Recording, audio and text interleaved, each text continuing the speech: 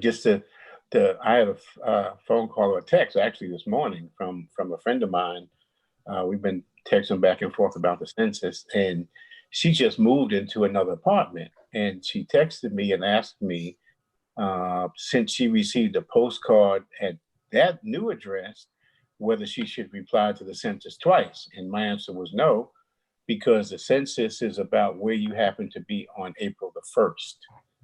So whoever was at that address on April the 1st probably will not get counted because she doesn't need to, or she shouldn't reply again at that address. It's always based on your address where you happen to be. And of course, there's certain populations which we'll talk about that don't have an address or a regular street address. But that's the goal of the county. Everyone wants, only wants, and in the right place. And you've heard the other motto, shape your future, start here. And I didn't like that when it first started because I thought this one, the initial one, was better. But I understand the shape your future starts here because with the returns, people returning their questionnaire, that's going to determine how your future is shaped where you live in the next 10 years because the decennial census is every 10 years. Next slide, please. So the decennial census, again, is every 10 years. It started, as you can see, in 1790, where U.S. Marshals went on horseback. I can't say door to door. I guess it was ranch to ranch, or homestead to homestead. But that was the count, 3.9 million inhabitants in the country in 1790.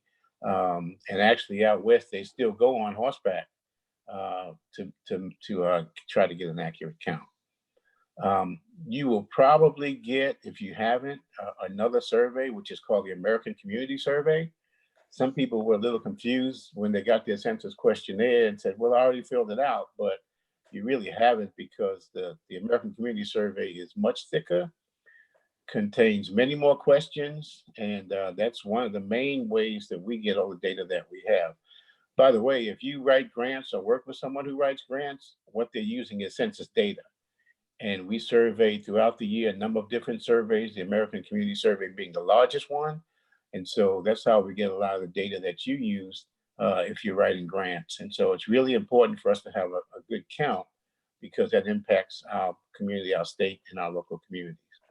Next slide, please. And so two things really make up the census: political power and economic impact. The political power, as you can see, is the fact that the constitutionally mandated districts are based on the responses. And so we'll be reapportioning our districts again in 2021 once the results come in.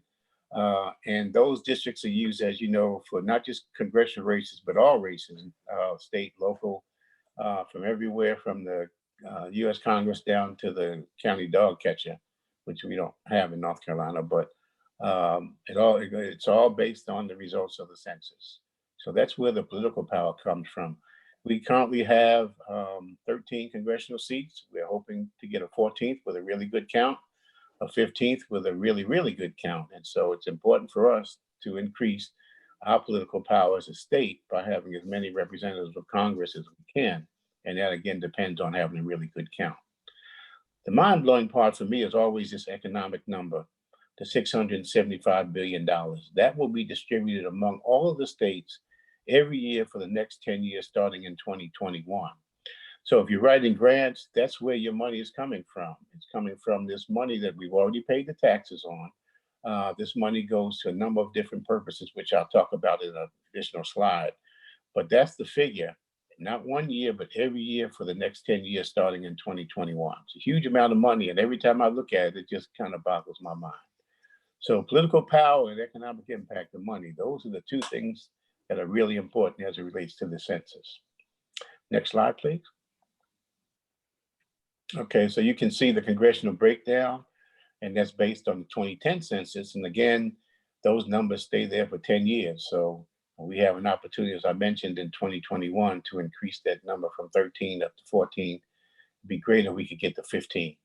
Now, we don't talk about the census in terms of a competition among states, but it actually is because in order for us to gain a seat, another state will have to lose a seat.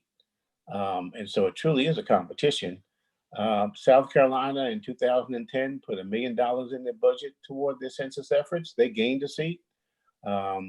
We did not gain a seat in 2010, despite the fact that we all know, if you've been here for a while, that our population has boomed for quite some time. Not sure why we didn't get a seat, but I can tell you we missed getting a seat by less than 2,000 census returns. So I'm sure any one of you could have found, between your organizations and your personal contacts, 2,000 people to return the census questionnaires in 2010, and we could have gotten another seat. So hopefully we'll do better this time. Next slide, please. The participation rate in North Carolina in 2000 was 69%. In 2010, it was 76%. The governor would like to see us at 82%. In Wake County, and I can give you numbers for any county if you have a question about any other county, but in Wake County, in 2000, it was 76%. In 2010, it was 78%. We are currently, as of I think Monday, as of Tuesday, we are at 62.7% in Wake County. So we're on our way, hopefully, to surpass that 80%. Next slide, please. And feel free to interrupt me at any time with questions. You don't have to wait till the end. It's not a very long presentation, but ask me a question anytime during the presentation. Now, we have some target populations. Again, we want to count everyone once, only once in the right place, but we have target populations. We also call these our hard to count populations. Children under 5, we missed 1 million children in 2010 for any number of reasons. It could have been because when the person responding to the census questionnaire or the enumerator who came to the door asked about the number of people at that residence, they may have felt that a person under 5 didn't need to be counted because they were a child. You also have situations, as we all know, where children are in between different families. And so there are any number of reasons. You might have a grandparent raising a child and just didn't think they need to include the child as well. The other hard to count folks are our veterans, persons with disabilities, persons experiencing homelessness, people living in rural areas, low income and underserved, our seniors, migrant farm workers, farm-born immigrants, persons with limited English proficiency in the home, and renters. And renters, because renters move around a lot. And so these are the folks that we target specifically, and I will show you how we're targeting them later on in the presentation. Next slide, please. Okay, so this is some of the ways that census data is used. As you can see, I'm not going to read them all to you. I know you can read, but if you see that, there's so many ways that the data is used, and from determining where the next fire station will be built, where the next road will be built, certainly for education, healthcare, social services, and as I mentioned, emergency response. But a lot of the programs that the clientele that you serve and members of our community need are based on census data, including Medicare, Medicaid, housing assistance, school lunch programs, and certainly the amount of money that goes towards senior programs and persons with disabilities as well. Next slide, please. This is one of the most important things that we have to try to impress upon people, that what the data that we collect is confidential. It cannot be shared with any other governmental agency. It cannot be used in the court of law. It is quarantined for 72 years. And why 72? Because those of us who are completing the census questionnaire now will not be around in 72 years for the most part. And so we quarantine it and we don't share it. I take an oath, as do my colleagues, and so I can't disclose anything I see. And you can see the penalty up there, under penalty of 5 years imprisonment and $250,000, a $250,000 fine. As I like to say, I don't look good in orange, and I don't have $250,000 for the U.S. government. So I plan to continue to keep my oath. And of course, we've got a lot of encryption in our software to try to prevent any kind of hacking or encryption problems there. And we encrypt our data rather to prevent other kinds of problems with the technology. We do know that there are certain populations that have a fair level of trepidation about replying to the government. We've got to convince people that it will benefit them. And I like to use the old adage, the with them, what's in it for me. And so a lot of these populations depend on a lot of programs that the census money would fund out of that $675 billion. And so what I like to say to people is that this shows them the direct impact on their community and their family by replying to the census questionnaire. And every household that doesn't reply, there's a certain dollar figure that's attached to it that the community will not get just because that house will be closed down. I'll talk about that in a second. Next slide, please. Okay, so we will never ask for a full social. We'll never ask for money or a donation, never send anything on behalf of a political party, never ask for passwords, PIN numbers, other bank account, credit card, or financial information. If someone is out there doing that, they're not working for the U.S. Census Bureau. Next slide, please. Okay, so for the first time, as you probably know by now, you can reply on your phone, your cell phone, or through the internet. We're trying to get as much of a response through those means, because it's expensive to send people door to door. And so what will happen, excuse me, is folks who don't reply, they'll get some information in the mail, and I'll talk about that in a second as well. So we're trying to eliminate paper, use the taxpayers' money wisely by using technology and leveraging the technology. But of course, we know everyone doesn't want to or cannot use technology for various reasons. And so they can also reply to the questionnaire in the mail or by phone. Next slide, please. So before I go here, let me just tell you what will happen. As you know, you probably got a postcard in the latter part of March and had a barcode on the back, and that's what you use to reply to the questionnaire. Folks who have not done that have gotten one or maybe two postcards reminding them to reply. At this point, there are folks who are getting the questionnaire in the mail by itself because they have not replied. And so that process is going on. We do have a staff that will go to folks who have a PO box. We know where their residence is. And so there are folks who actually go and deliver the questionnaire to their residents. Of course, right now, we can't do any outreach or go out, so that's not happening. But that's what will happen once we're able to go back out. So anyone who doesn't have a traditional address will be served that way at their home address with the actual questionnaire. And so looking at this slide, you see the demographics, and we also don't talk much about the effect on business. And business can use the census to increase their customers, look for additional locations based on the demographics. We've got a lot of demographic information on our site. So if you like looking at that information, please go to the site. It's easy to use, a slew of information on it that we've collected year after year. Next slide, please. Okay, now this is particularly important, I think, for your organizations. We have a section called group quarters. And group quarters counts folks who happen to be in facilities, and you see the list there.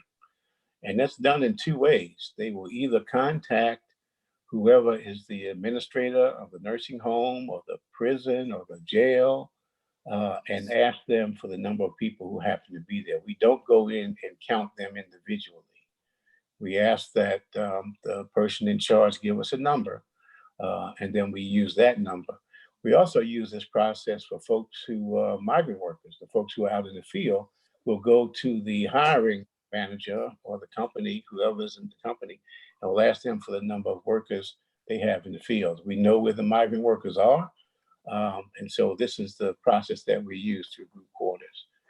Group quarters had started doing some work, but they had to stop as well. So that operation will resume as soon as we're able to get out of this quarantine that we're in. And so hopefully that'll be sometime soon, but you know, it depends on a lot of factors. Next slide, please. So we have formed what's called complete count committees. There's one in every county.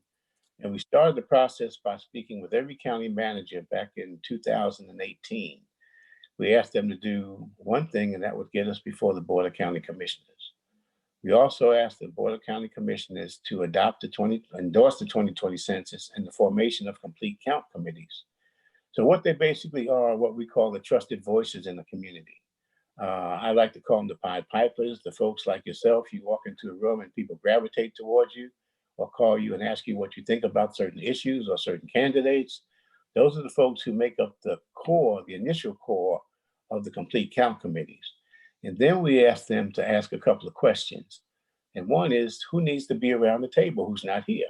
Because we want a complete representative of the community, or as complete as possible, representative of the community on these committees, because we use the folks there to specifically target those hard to count populations that I spoke about before. So for instance, we want someone who is a trusted voice within the migrant community, within the community that deals with children, the community that deals with persons experiencing homelessness, because they're trusted voices. We asked that committee to craft a plan, given the uniqueness of their areas, to craft a plan to educate and encourage folks to respond to the census questionnaire. So that's their job, to do it based on the uniqueness of their areas. And our job is to be supportive and train them as well. So Wake County has a great complete count committee. It's got a lot of subcommittees. And so a lot of the work is being done through these complete count committees. And every county, as I mentioned, has one that's fully functional. Some of the local communities in Wake County, the town of Fuquay-Varina has formed their own complete count committee.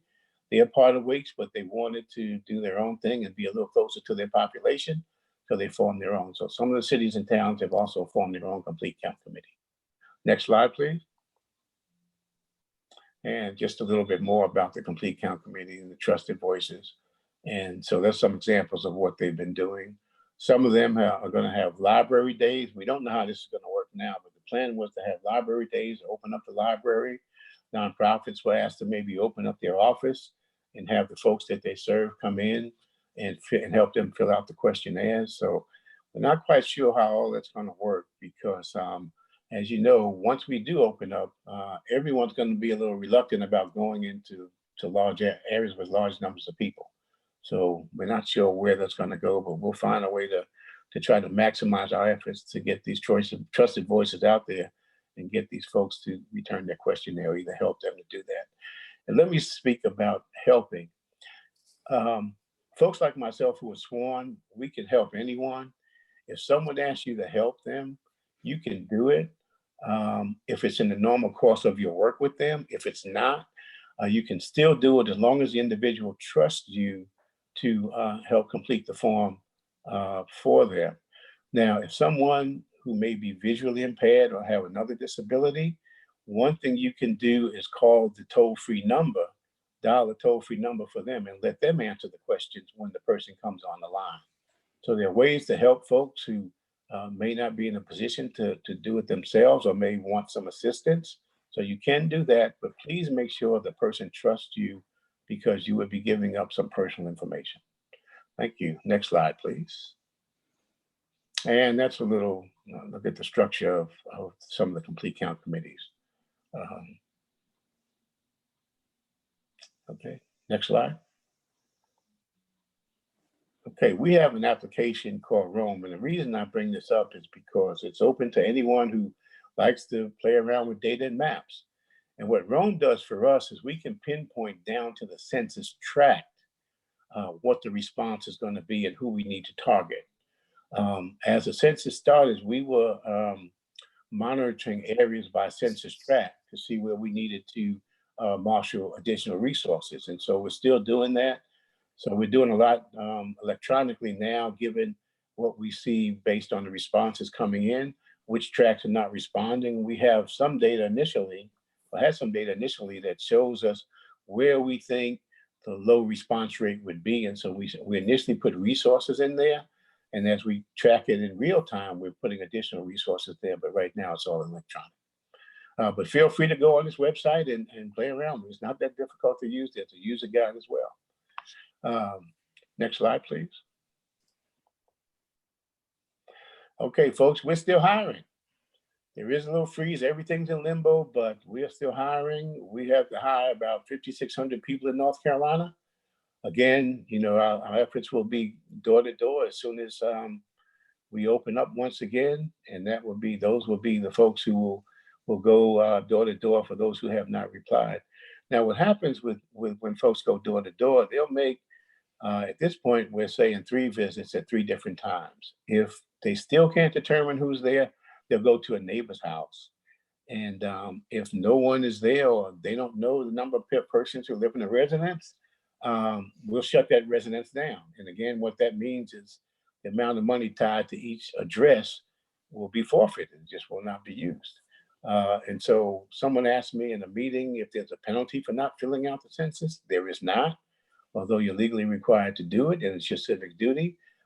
If someone does not, no one's coming to lock them up, but that just means the penalty will be that that amount of money will not come into your community because the numbers will be skewed. So that's my presentation.